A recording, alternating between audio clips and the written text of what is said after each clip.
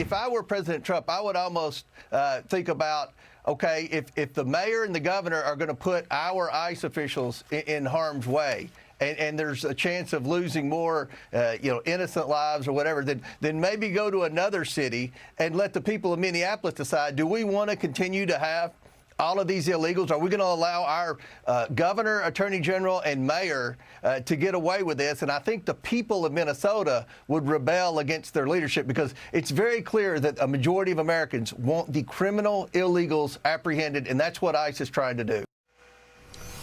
And that's Kentucky Congressman James Comer with me yesterday on Sunday Morning Futures following another fatal shooting by a federal agent in Minneapolis, the second in 2 weeks, as protesters and police clash over the administration's immigration crackdown. The president telling the Wall Street Journal that his administration is, quote, reviewing everything about that shooting. Joining me now is New York Congressman Mike Lawler. Congressman, good to see you. Thanks very much for being here. The president wants Democrat leaders to work with immigration enforcement and for Congress to craft legislation ending sanctuary cities. These Border Patrol are going to respond to what they see. And you've got citizens getting in their face, trying to stop them from doing their operation. Your reaction to what has taken place here? Well, obviously, Maria, the loss of any life is tragic. And over the last few weeks, we've seen escalation in Minneapolis and tensions rising. And it's not good for the country. It's not good for the American people. But we have to recognize how we got here. Under Joe Biden, 10.5 million migrants were allowed to flood into the country, overwhelming cities all across America. You have sanctuary city policies and state policies that prohibit local law enforcement and state officials from cooperating with federal immigration enforcement. And so what you've seen is a surge in these cities like Minneapolis, where they don't cooperate, where they are a sanctuary, to start to remove criminal aliens. And that has been part of the reason why you've seen such a surge in ICE officials in Minneapolis. And you then have, unfortunately, politicians like Tim Walz and Jacob Fry and members of Congress encouraging people to not only protest, which is their constitutional right, but to interfere with law enforcement, to interfere with ICE officials and try to prevent them from doing their job. And so this is a dangerous situation that is getting worse by the day.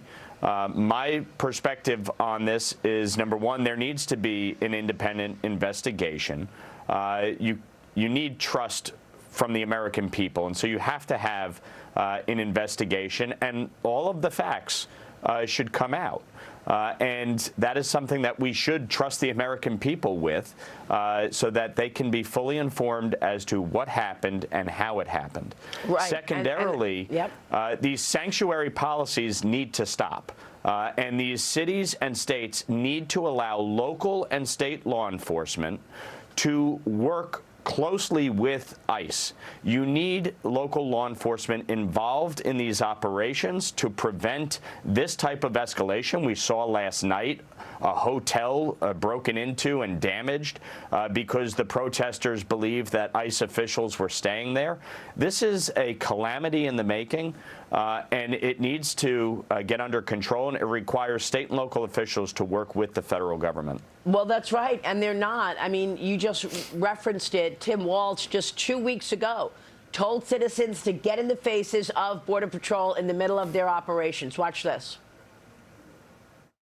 If you see these ICE agents in your neighborhood, take out that phone and hit record. Help us create a database of the atrocities against Minnesotans, not just to establish a record for posterity, but to bank evidence for future prosecution. Now, I'm not sure if you saw James Comer on the show with me earlier. He was on yesterday on Sunday Morning Futures, and we ran a soundbite of him saying he recommends that President Trump takes Border Patrol out of Minnesota and work in states that we know that the leadership in those states will work with the federal government. But I'm just wondering if that, I mean, it's a good idea, but does that empower states like New York? We've already heard from Mamdani. He wants to stop and defund ICE as well. Yeah, I don't agree with that perspective for a few reasons. Number one, the push to abolish ICE is dangerous. You have Democrats in the Senate, Chuck Schumer, now talking about shutting the government down again for the sole purpose of defunding ICE and preventing federal officials from enforcing our immigration law.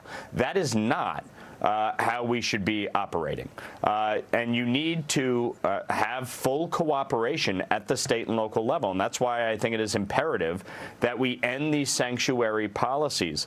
Look, I want immigration reform. I want people to be able to have a legal path forward. Those who have been here 5, 10, 15, 20 years, whose children and grandchildren are American citizens, who are working in our country, and to be able to have a legal path forward, not to citizenship, but to legal status, so that we can start to unwind this calamity that is our immigration system that hasn't been reformed in 40 years.